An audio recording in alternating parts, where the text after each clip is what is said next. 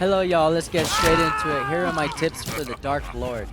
First, we're going straight into Vampire. Hellfire, uses, and strategy. First thing to get down is the timing. It's easy to acknowledge when chasing a survivor in a straight line into a pallet drop, but you have to know when to load it, since loading Hellfire slows your movement and speed down. Loading too early will create a large gap between you and the survivor. Too late, and the survivor will be able to evade the flames. In doing so, you should hide your Hellfire. As you turn corners or go around any barrier, start loading your Hellfire so the survivor does not know it's coming. You could also use your Hellfire to redirect. Use it to redirect them into a dangerous position, as done here.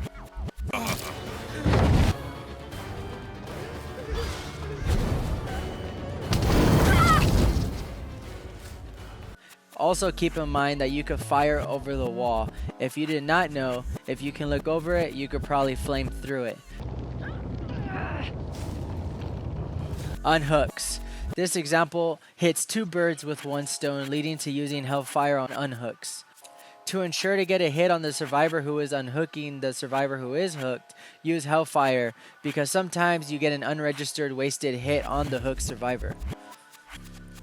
Last tip for Dracula. Keep in mind Dracula has a far lunge to cut survivors, so use that in your favor.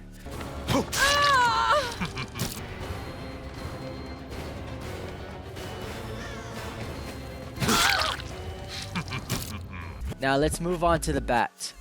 Start the game in bat. As soon as you launch in, go bat. Find your first survivor at the jump with the bat. Listen to the gen being repaired or look for any scratch marks to get an early chase. And this is how you start every game.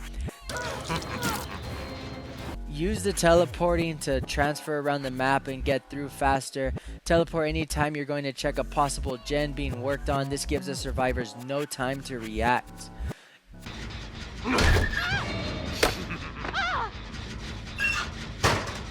And especially at the end game, you want to use the bat to find the hatch because you can move so swiftly. And obviously, whenever both exit gates are activated, you want to be able to jump back and forth, and using the navigation or the transportation will be able to help you get back and forth quickly.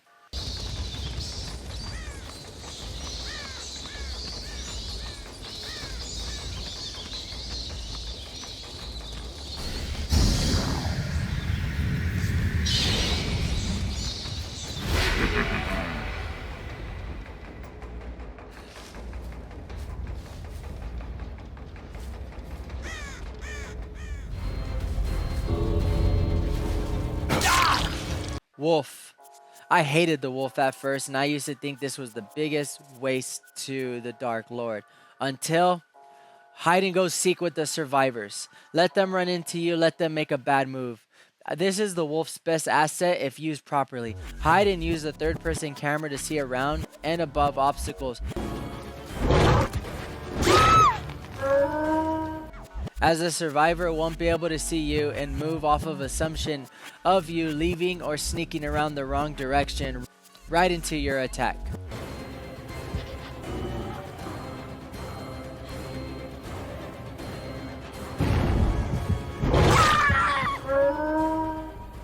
This has made the wolf my favorite part of gameplay. Figuring this out and maximizing all of the Dark Lord's tools as a killer. I really believe with the wolf, this makes the Dark Lord OP at times. More obvious wolf assets. Using his pounce. Using his pounce can be used to gain distance or redirect the survivor, but be aware of the second leap. The second leap is hard to time at first and requires you to be aimed at the survivor as much as possible, since the second leap is unpredictable. I have messed up some chases, missing the second leap, and the survivor was able to get away. Using corners.